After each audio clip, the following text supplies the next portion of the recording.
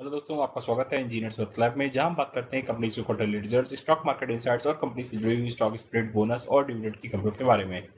आज हम बात करने वाले हैं एक और बैंकिंग सेक्टर से बैंक डीसीबी बैंक के क्वार्टर वन के रिजल्ट्स को लेकर के। तो चलिए देखते हैं कैसा रहा इनका क्वार्टर वन का रिजल्ट। सबसे पहले अगर हम इनकी इनकम की बात करें, जो कि 1813 करोड़ की इस क्वार्टर में रही है, जो लास्ट क्वार्टर में 1741 करोड़ की थी और लास्ट ईयर सेम क्वार्टर में 1489 करोड़ की थी।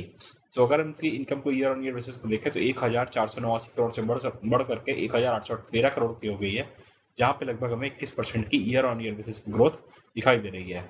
अगर हम दोस्तों इनके खर्चों की बात करें तो कंपनी ने 1722 करोड़ के खर्चे रिपोर्ट करे हैं, जो कि लास्ट क्वार्टर में 1655 करोड़ के थे और लास्ट ईयर सेम क्वार्टर में 1426 करोड़ के थे। तो 1426 करोड़ से बढ़ करके 1722 करोड़ पे पहुंच चुके हैं, जिसका मेन कंपोनेंट है इंटरेस्ट एक्सपेंडेड, जो कि 1233 करोड़ का इस क्वार्टर में रहा है, जो लास्ट क्वार्टर में 1183 करोड़ का था और लास्ट ईयर सेम क्वार्टर में सिर्फ 992 करोड़ का था। सो इनका इंटरेस्ट भी दोस्तों ईयर ऑन ईयर बेसिस पे बढ़ता जा रहा है, जिसके कारण उनके खर्चे भी बढ़ते हुए दिखाई दे रहे हैं।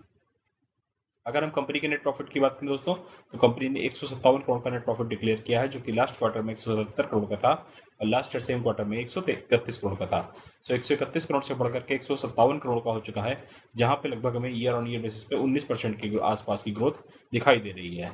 अगर हम दोस्तों कंपनी के ईपीएस की बात करें तो कंपनी ने 5 रुपये का ईपीएस डिक्लेयर किया है इस क्वार्टर में, जो कि लास्ट क्वार्टर में 5 रुपये 64 पैसे का था और लास्ट ईयर सेम क्वार्टर में 4 रुपये 20 पैसे का था।